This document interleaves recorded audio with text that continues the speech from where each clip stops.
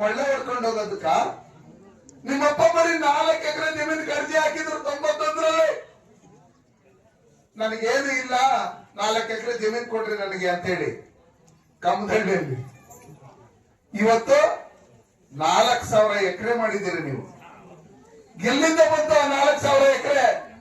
ದೇವನಹಳ್ಳಿಯಲ್ಲಿ MLA 500 ಎಕರೆ ಮಾಡಿದ್ದೀರಿ 3 ವರ್ಷಕ್ಕೆ. ಎಲ್ಲಿಂದ ಬಂತು? ಯಾವ ನೋಟು, ಯಾವ ಬೆಳೆ ನೀವು ಹಾಕೋದು? ಅದ್ರಲ್ಲಿ 2,000 ರೂಪಾಯಿ ನೋಟ್ ಬೆಳೀತದ?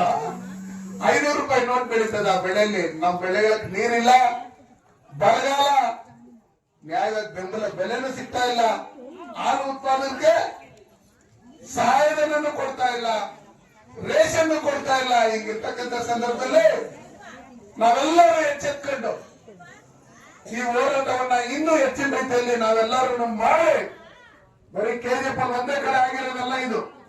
ಇಡೀ ರಾಜ್ಯದಲ್ಲಿ ಲಕ್ಷಾಂತರ ಜನಕ್ಕೆ ರೇಷನ್ ಕಾರ್ಡ್ಗಳನ್ನ ಮತ್ತೆ ಓಲ್ಡ್ ಏಜ್ ಪೆನ್ಷನ್ ಗಳನ್ನ ಕಟ್ ಮಾಡಿರ್ತಕ್ಕಂಥ ಈ ಕಾಂಗ್ರೆಸ್ ಸರ್ಕಾರವನ್ನ ಪರ್ಮನೆಂಟ್ ಆಗಿ ನಾವು ಕಟ್ ಮಾಡುವಂತ ಕೆಲಸಗಳನ್ನ ಮಾಡಿ ಮುಂದಿನ ದಿನಗಳಲ್ಲಿ ನಮ್ಮ KGF ಅಲ್ಲಿ ನಮ್ಮ ಸಂಪಾದನೆ ಅಣ್ಣವರು MLA ಆಗ್ಬೇಕು. ಈ ಕರ್ನಾಟಕ ರಾಜ್ಯದಲ್ಲಿ ಬಿಜೆಪಿ ಸರ್ಕಾರ ಅಧಿಕಾರಕ್ಕೆ ಬರಬೇಕು. ಆ ನಿಟ್ಟಿನಲ್ಲಿ ನಾವೆಲ್ಲರೂ ಹೋರಾಟ ಮಾಡೋಣ. ಈ ಸಂಬಂಧಪಟ್ಟಂತ ಅಧಿಕಾರಿಗಳಾಗಿದ್ದೇವೆ. ಪಡಿತರ ಚೀಟಿಗಳ ರೇಷನ್ ಕಾರ್ಡ್ಗಳನ್ನ ಕಟ್ ಮಾಡಿರ್ತಕ್ಕಂಥದ್ದು, ವೃದ್ಧಾಪ್ಯ ವೇತನವನ್ನು 14,000 ಜನ ಅರ್ಜಿಗಳು ಕಟ್ ಮಾಡಿರ್ತಕ್ಕಂಥದ್ದು. ನಿಮ್ಗೆ ರಿಟೈರ್ ಆಗಿದ್ದಾದ್ಮೇಲೆ ನಿಮ್ಗೆ ಒಳ್ಳೆ ಸಾವು ಬರ್ಬೇಕಂದ್ರೆ ದಯವಿಟ್ಟು ಈ ಅರ್ಜಿಗಳ ಹತ್ರ ಏನು ಓಲ್ಡ್ ಏಜ್ ಪೆನ್ಷನ್ ಕಿತ್ಕೊಂಡಿದ್ರೆ, ರೇಷನ್ ಕಾರ್ಡ್ ಕಿತ್ಕೊಂಡಿದ್ರೆ ಅದು ಮತ್ತೆ ವಾಪಸ್ ಕೊಡ್ಬೇಕು. ಮತ್ತೆ ಸರ್ಕಾರಿ ಜಮೀನುಗಳನ್ನ ಏನು ಕಬಳಿಕೆ ಮಾಡಿದ್ರೆ ಅದನ್ನ ಕೂಡಲೇ ತನಿಖೆ ಮಾಡಿ ಸಂಬಂಧಪಟ್ಟವ್ರ ಮೇಲೆ ಕಾನೂನು ರೀತಿ ಕ್ರಮ ಕೈಗೊಂಡು ಆ ಸರ್ಕಾರಿ ಜಮೀನನ್ನ ಮತ್ತೆ ಸರ್ಕಾರದ ವಶಕ್ಕೆ ಪಡ್ಕೊಳ್ಳೋವರೆಗೂ ನಾವು ನಿರಂತರವಾಗಿ ಹೋರಾಟ ಮಾಡೋಣ ಅಂತ ಹೇಳಿ ಈ ಸಭೆಗೆ ಕರೆದು 4 ಮಾತನಾಡಲು ಅವಕಾಶ ಮಾಡಿಕೊಂಡು ತಮ್ಮೆಲ್ಲರಿಗೂ ನಡೆಸಿ ನಾನು ಮಾತನ್ನು ಮುಗಿಸ್ತೇನೆ. ಜೈ ಹಿಂದ್. ಮನವೇ ಒಂದು ಎಚ್ಚರಿಕೆ. ಮತ್ತೆ ಇಲ್ಲಿ ಪೊಲೀಸ್ ಅಧಿಕಾರಿಗಳು ನನಗೆ ಕೊಟ್ಟಿರುವಂತ ಅಧಿಕಾರಿದ್ದಾರೆ. ನಮ್ಮ ಕಾರ್ಯಕರ್ತರ ಮೇಲೆ ನಾನು ವಿನಾಕಾರಣ ಕೇಸ್ ಹಾಕಿದ್ದೆ ಆದ್ರೆ ನಾವು ನಿಮ್ಮ ಸ್ಟೇಷನ್ ಹತ್ರ ಆಗ್ಬೋದು, ನಿಮ್ಮ SP ಕಚೇರಿ ಹತ್ರ ಹೋರಾಟ ಮಾಡ್ತೀವಿ. ಎಲ್ಲರಿಗೂ ಒಂದೇ ನ್ಯಾಯ ಇರಬೇಕು. ನಾವು ಸಹಿಸಲ್ಲ. ನಾವು ಕೇಸ್ ಹಾಕೊಂಡು ಬಂದು ಈ ಮಟ್ಟಕ್ಕೆ ಬಂದಿರೋರು. ನಾವು NIA ವಿರುದ್ಧ ಹೋಗಲ್ಲ, ನ್ಯಾಯದ ಪರವಾಗಿರ್ತೀರಿ. KGF ಅಲ್ಲಿ ಆತರ ತುಂಬಾ ಕೇಸುಗಳು ಇಡೀ ಜಿಲ್ಲೆಯಲ್ಲಿ ನಡೀತಾ ಇದೆ. ನಮ್ಮ ಕಾರ್ಯಕರ್ತರು ಯಾವತ್ತು ಎದೆ ಗುಂಡೋಷ್ಟಿಲ್ಲ. ಕಾರ್ಯಕರ್ತರು ತಾಲೂಕ್ ಆಫೀಸ್ ಬಂದ್ರೇನು ನೀವೇನು ಉಪಸಮಿತಿಯಲ್ಲಿ ಫಾಲೋವರ್ಸ್ ಏನು ಮನೆ ಹಾಕ್ತೀರಿ ಅಷ್ಟೇ ಮನೆ ಸಾರ್ವಜನಿಕೂ ಆಗ್ಬೇಕು, ನಮ್ಮ ಕಾರ್ಯಕರ್ತರಿಗೂ ಆಗ್ಬೇಕು. ಇಲ್ಲ ಮಟ್ಟದಲ್ಲಿ ಈ ತರ ಹೋರಾಟಗಳು ನಿಮ್ ತಾಲೂಕ್ ಕಚೇರಿಯಲ್ಲಿ ನಡೀತಾ ಇರ್ತದೆ. ಅದೇ ರೀತಿ ಪೊಲೀಸ್ ಇಲಾಖೆಗೂ ನಾನೊಂದು ಮನವಿ ಮಾಡ್ತಾ ಇದ್ದೀನಿ, ಎಚ್ಚರಿಕೆ ಕೊಡ್ತಾ ಇದ್ದೀನಿ. ವಿನಾಕಾರಣ ನಮ್ಮ ಕಾರ್ಯಕರ್ತರ ಮೇಲೆ ಇನ್ನೂ ಸಲ್ಲದ ಆರೋಪಗಳು ಬಂದಾಗ ಪರಮಾಣು ಕೇಸ್ ಹಾಕ್ಬೇಕು. ತಪ್ಪು ಮಾಡಿದ್ರೆ ಯಾರ ಮೇಲೂ ಕೇಸ್ ಹಾಕಿದ್ರೆ ನಾವಿಲ್ಲ. ವಿನಾಕಾರಣ ಕೇಸ್ ಹಾಕಿದ್ರೆ ಅಲ್ಲಿ ನಾವು ಇರ್ತೀವಿ ಅಂತ ಇಮ್ಮಂತ ಎಚ್ಚರಿಕೆ ಕೊಡ್ತಾ ಇದ್ದೀನಿ. ನೀವೆಲ್ಲ ಪಕ್ಷದ ಕಾರ್ಯಕರ್ತರು ಇವತ್ತು ಇಷ್ಟು ಏನು ಆಕ್ರೋಶ ಬಂದಿದ್ರಿ. ಮುಂದಿನ ದಿವಸಗಳಲ್ಲಿ ಬರ್ದಿದ್ರೆ ನಮ್ಮ ನಿಮ್ಗೆ ಸಂಸದರು ನಾನು ಹೇಳ್ತೀನಿ ಪ್ರತಿಕೊಳ್ಳಿ 2028 ಅಥವಾ 1 ನೇಷನ್ 1 ಎಲೆಕ್ಷನ್ ಆದ್ರೆ ಖಂಡಿತವಾಗಿ ಬಿಜೆಪಿ ಅಧಿಕಾರಕ್ಕೆ ಬರ್ತಾರೆ. ನ್ಯಾಯಬದ್ಧ ಅಂತ ಹೋರಾಟ ನಾವು ಮಾಡೇ ಮಾಡ್ತೀವಿ. ಯಾರು ತೊಂದರೆ ಆಗ್ತೀರಾ ಅವ್ರ ಜೊತೆ ನಾವು ಇರ್ತೀವಿ. ನಿಮ್ಮಲ್ಲಿ ಸಂಘಟನೆ ಎಲ್ಲ ಎಲೆಕ್ಷನ್ ಅಲ್ಲಿ ನೀವು ಕೆಲಸ ಮಾಡ್ತೀವಿ. 24 ಗಂಟೆ ಬಿಜೆಪಿ ಕಾರ್ಯಕರ್ತರು ಕೆಲಸ ಮಾಡ್ತಾರೆ. ದೇಶ ಧರ್ಮ ಅಂತ ಮಾಡೋದು ಬಿಜೆಪಿ ಕಾರ್ಯಕರ್ತರು. ಆ ಕಾರಣಕ್ಕೆ ಬಿಜೆಪಿ ಕಾರ್ಯಕರ್ತನ ಬಿಜೆಪಿ ಲೀಡರ್ಸ್ ನ ಎದುರಾಕಕ್ ಹೋಗ್ಬೇಡ್ರಿ.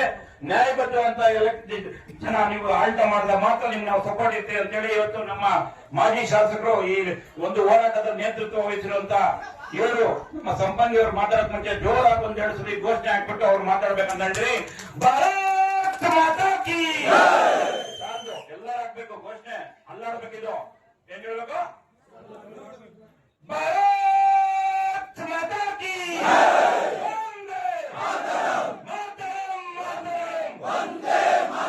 ಕೈ ಎತ್ತಿ ಹೇಳ್ಬೇಕು. ಕೈ ಎತ್ತಿ ಎದೆ ತಟ್ಟಿ ಜೋಡಿಸಿ ಬಿಟ್ಟಿರ್ಬೇಕು. ಸುನಿಲ್ ಯುವಮೋರ್ಚಾ ಅಷ್ಟೊಂದು ಜನ ಎಲ್ಲ ರೈತರು ಇರೋದು ನಮ್ ಕಷ್ಟ ಅವ್ರಿಗೆ ಗೊತ್ತಾಗ್ಬೇಕು. ಅಪ್ಪ ಬಿಜೆಪಿ ಕಾರ್ಯಕರ್ತರು ಎದುರಾಕೊಂಬಾರ್ದು ಅಂತ ಆ ರೀತಿ ಘೋಷಣೆ ಬರಬೇಕು.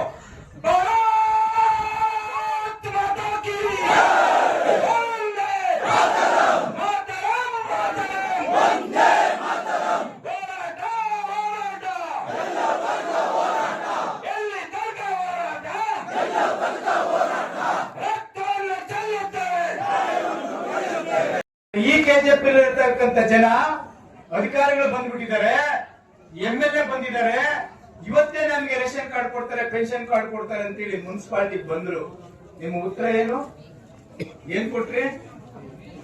ನೀವು ನಿಮ್ಮ ಇನ್ಕಮ್ ಜಾಸ್ತಿ ಆಗ್ಬಿಟ್ಟಿದೆ.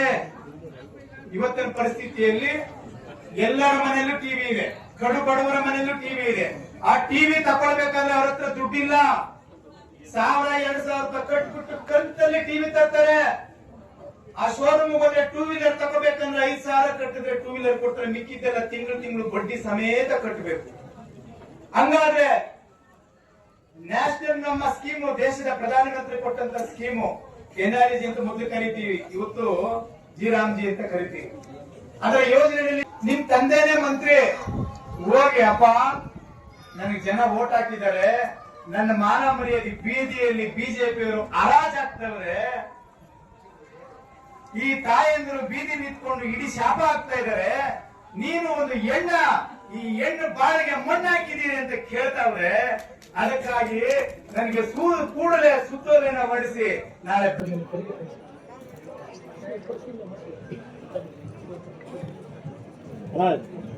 ನೋಡೋಣ ಈ ಕಡೆ ಸರ್, ಈ ಕಡೆ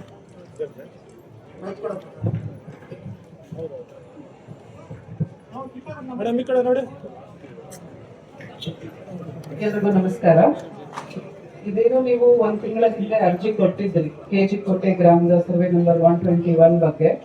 ಸೊ ಅದಕ್ಕೆ ನಮಗೆ ನಾವು KGF ಹೊಸ ತಾಲೂಕಾಗಿ 2018 ನಂತರ ನಿರ್ಮಾಣ ಆಗಿರೋದ್ರಿಂದ ನಾವು ಮೂಲ ದಾಖಲಾತಿ ಪರಿಶೀಲನೆಗೆ ನಾವು ಬಂಗಾರಪೇಟೆ ತಾಲೂಕು ತಹಶೀಲ್ದಾರ್ಗೆ ಬರೆದಿದ್ದೀವಿ.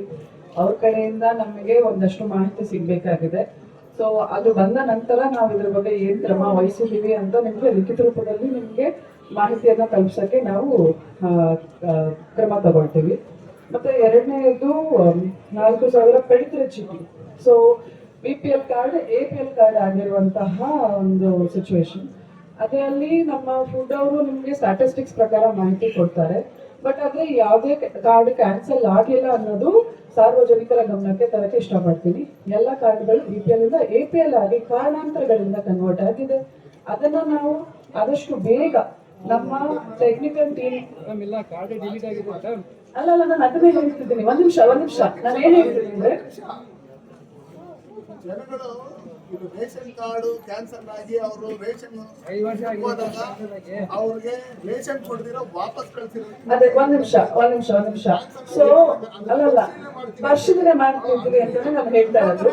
ಅದು ಯಾವ ಸಂದರ್ಭದಲ್ಲಿ ಯಾವ ಕಾರಣಗಳಿಂದ ಆಗಿದೆ, ಅದೇ ನಾನು ಟೆಕ್ನಿಕಲ್ ಡೀಟೇಲ್ಸ್ ನಮ್ಮ ಫುಡ್ ಡಿಪಾರ್ಟ್ಮೆಂಟ್ ಅವ್ರ ಕಡೆಯಿಂದ ನಿಮ್ಗೆ ಮಾಹಿತಿ ತಲುಪಿಸ್ತೀನಿ. ಮತ್ತೆ ಪೆನ್ಷನ್ ಅವ್ರದ್ದು ಏನಾಗಿತ್ತು ಅಂದ್ರೆ 14,000 ಸಂಶಯಾಸ್ಪದ ಪೆನ್ಷನರ್ಸ್ ಮಾಶಾಸನ ಪಡೆಯೋರ್ದು ನಮ್ಗೆ ಪಟ್ಟಿ ಕಟ್ಟಿದ್ರು ನಮ್ಮ ಸರ್ಕಾರದ ಹಂತದಿಂದ. ಅದರಲ್ಲಿ ನಾವು ವೆರಿಫೈ ಮಾಡಿ 800 ಜನದ ಪೆನ್ಷನ್ಸ್ ಅವಾಗ ಕಂಟಿನ್ಯೂ ಮಾಡಿದ್ರು. ಸಸ್ಪೆನ್ಷನ್ ಸ್ಟೇಜ್ ಅಲ್ಲಿ ಇಟ್ಟಿಲ್ಲ. ಅಂದ್ರೆ ಯಾವುದೇ ಪೆನ್ಷನರ್ಸ್ 14,000ದಲ್ಲಿ ಯಾರೆಲ್ಲ ಇದ್ರೋ ಅವ್ರು ಅಷ್ಟು ಜನದ್ದು ಸಸ್ಪೆನ್ಷನ್ ಅಲ್ಲಿ ಇಟ್ಟಿದ್ದೀವಿ. ಸೊ ಸಸ್ಪೆನ್ಷನ್ ಅಂದ್ರೆ ಅದನ್ನ ತಹಶೀಲ್ದಾರ್ ಲಾಗಿನ್ಗೆ ಪುಷ್ ಮಾಡ್ತಾರೆ ಸಸ್ಪೆನ್ಷನ್ ಆದ ಕೂಡಲೇ. ತದನಂತರ ಅದನ್ನ ನಾವು ಕಂಟಿನ್ಯೂ ರನ್ ಮಾಡೋದಕ್ಕೆ ಅವಕಾಶ ಇರುತ್ತೆ. ಸೊ ಸಸ್ಪೆನ್ಷನ್ ಅಲ್ಲಿ ಇಟ್ಟಿದ್ದೀವಿ. ಇನ್ನು 13,055 ಅರ್ಜಿಗಳು ನನ್ನ ತಹಶೀಲ್ದಾರ್ ಲಾಗಿನ್ ಅಲ್ಲಿ ಉಳ್ಕೊಂಡಿದೆ. ಅದನ್ನ 200 ಅರ್ಜಿಯಷ್ಟು ಈಗ SIR ಕೆಲಸದ ಮಧ್ಯದಲ್ಲಿ ಪರಿಶೀಲನೆ ಮಾಡಿದ್ದೀವಿ. ಅದನ್ನ ನಾವು ರನ್ ಮಾಡೋದಕ್ಕೆ ಕಂಟಿನ್ಯೂ ಸಹ ಮಾಡಿದ್ದೀವಿ. ಉಳಿದಿರುವಂತಹ 12,900 ಚಿಲ್ಲರೆ ಏನಿದೆಯೋ ಅದಷ್ಟನ್ನು ನಾವು ಒಂದೊಂದು ಅರ್ಜಿದಾರ ಒಂದೊಂದು ಫಲಾನುಭವಿ ಮನೆಗೂ ರೀಚ್ ಆಗಿ ನಮ್ಮ VA ಮತ್ತು RI ಮುಖಾಂತರ ಅದನ್ನ ನೈಜವಾಗಿ ಅಂದ್ರೆ ಅರ್ಹ ಫಲಾನುಭವಿಗೆ ಏನು ಮಾಶಾಸನ ಸಿಗ್ಬೇಕಿತ್ತು ಅಷ್ಟನ್ನು ತಲುಪಿಸಕ್ಕೆ ನಮ್ಮ ಕಡೆಯಿಂದ ಆದಂತಹ ಅಷ್ಟು ಕ್ರಮನ ಕೈಗೊಳ್ತೀವಿ ಅಂತ ಹೇಳಕ್ ಇಷ್ಟಪಡ್ತೀನಿ. ಅಲ್ಲ ಮೇಡಮ್ ಪದಗಳು ನಮ್ಗೆ ಅರ್ಥ ಆಗುತ್ತೆ, ಇಲ್ಲಿ ಇರೋರ್ಗೆ ಅರ್ಥ ಆಗಲ್ಲ. ಅವರು ಅನುಮಾನಾಸ್ಪದ ಫಲಾನುಭವಿಗಳಿಗೆ ನಾವು ಸಸ್ಪೆನ್ಷನ್ ಅಲ್ಲಿ ಇಟ್ಟಿದ್ದೀವಿ ಅಂದ್ರೆ ಅಮಾನತು ಅಂತ ಅರ್ಥ.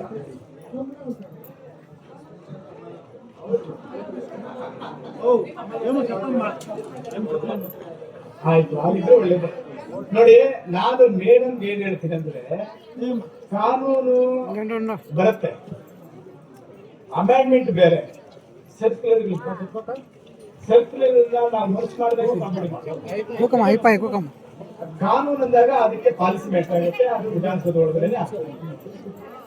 ಆಮೇಲೆ ಈ ಸುತ್ತೋಲೆಗಳು ಬರ್ತವೆ, ಕೂಕೊಂಡು ಸುತ್ತೋಲೆಗಳು ನಾವು ಮಂತ್ರಿಗಳ ಗಮನಕ್ಕೆ ತಂದು ಶಾಸಕರು ಹೋಗಿ ಅದನ್ನ ಮಾಡಬಹುದು, ನೀವು ಅವ್ರಿಗೆ ಒತ್ತಾಯ ಮಾಡಿ.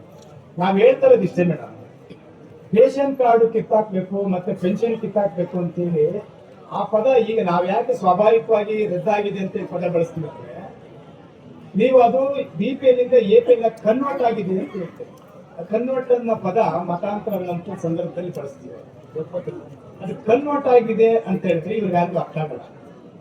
APL ಕಾರ್ಡೇ ಅದು ಒಂದ್ ರೀತಿ ಜೀವ ಇದ್ದ ಕಾರ್ಡ್, ಇಟ್ಕೋಬೇಕಷ್ಟೇ. ನಮ್ಮ ಕುಟುಂಬದಲ್ಲಿ 8 ಜನ ಇದ್ದೀವಿ ಅಂತ, ಅದ್ರಲ್ಲಿ ಅಕ್ಕಿ ಇಲ್ಲ, ಬೇಳೆ ಇಲ್ಲ, ಸಕ್ಕರೆ ಇಲ್ಲ, ಗೋಧಿ ಇಲ್ಲ.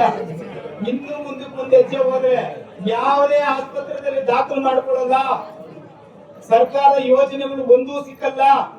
ಇದು APL ಅದೇ ಯಾವ್ದು ಸಿಕ್ಕಲ್ಲ. ಹಂಗಾಗಿ ಕನ್ವರ್ಟ್ ಆಗಿರೋದು ಬೇಡ, ಮತ್ತೆ ಅದನ್ನ ವಾಪಸ್ಸು BPL ಆಗಿ ಇಳಿಸೋದಕ್ಕೆ ನಾವು ಸ್ವಲ್ಪ ಶಿಫಾರಸ್ ಮಾಡಿ. ಯಾಕಂದ್ರೆ ನಿಮ್ಮ ಹಂತದಲ್ಲಿ ಅದಾಗಲ್ಲ, ನಮ್ಗೆ ಗೊತ್ತಿದೆ. ಯಾಕಂದ್ರೆ ಬಡವರು ನಿಮ್ಗೆ ಗೊತ್ತಿದೆ ಎಲ್ಲ ಮೈಂಡ್ ಸೇರಿದಲ್ಲಿ ಹೆಂಗಿದ್ದಾರೆ ಅಂತ. ಎಲ್ಲ ಅನ್ಲಾಸ್ತಾರೆ ಬೇಡಾಡ್ಕೊಂಡು, ಅವ್ರಿಗೆ ಗೊತ್ತಿಲ್ಲ ಹೇಗ್ ಕೇಳಬೇಕು, ಹೇಗ್ ಮಾತಾಡ್ಬೇಕಂತ. ಕೆಲವು ಸಂದರ್ಭದಲ್ಲಿ ಅವ್ರಿಗೆ ಹೇಗ್ ಮಾತಾಡ್ಬೇಕಂತ ಗೊತ್ತಿಲ್ಲ. ಹಂಗಾಗಿ ತಾವು ತಿಳುವಳಿಕೆಯವರು, ವಿದ್ಯಾವಂತರು, ಇಲ್ಲಿ ನಮ್ಮ ತಹಸೀಲ್ದಾರರು, ನೀವು ಅವ್ರ ಪರವಾಗಿ ನಿಂತು ರೆಮಿಡಿ ಬಗ್ಗೆ ನೀವು ಈ ತಾಲೂಕಿನ ಶಾಸಕರಿಗೆ ಸಜೆಷನ್ ಸಲಹೆ ಒಂದ್ ರೀತಿ ಒಂದು ಆಗೋದಾದ್ರೆ ಎಲ್ಲ ಆಗ್ಬಿಡಿ. ಇಲ್ಲಾಂದ್ರೆ ಹೋರಾಟ ನಿರಂತರವಾಗಿರ್ತದೆ. ನಾವು ಬರೋದು, ನಿಮ್ಮನ್ನು ಕೇಳೋದು, ನೀವು ಹೇಳಕ್ಕಾಗುತ್ತೆ. ಅದರಿಂದ ತತ್ಕ್ಷಣ ನಿಮ್ಮಿಂದ ಸಲಹೆಯ ರೂಪದಲ್ಲಿ ನೀವು ಮಾಡೋದಕ್ಕೆ ಪ್ರಯತ್ನ